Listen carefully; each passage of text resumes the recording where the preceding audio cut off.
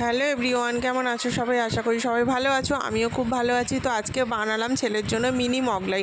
তোমরাও আশা করি বাচ্চাদের জন্য বানিয়ে দিতে পারো, এটা টিফিনেও করে দিতে পারো। খুবই ভালো লাগে আর খুব টেস্টিও লাগে, বাচ্চারা খুব খুশি মনেই খায়।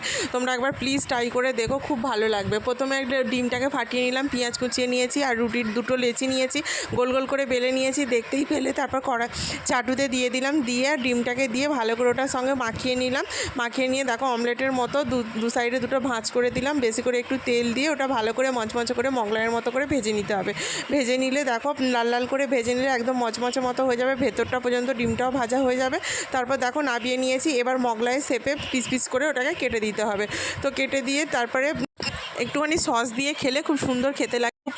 খুব তাড়াতাড়িও রেডি হয়ে যায় ওইটা, একদম 2 মিনিটের মধ্যে তাড়াতাড়ি রেডি হয়ে যাবে আর খেতেও খুব টেস্টি হয়। প্লিজ তোমরা বাড়িতে বানিয়ে দেখো আর আমাকে কমেন্টে জানিও কেমন হয়েছে।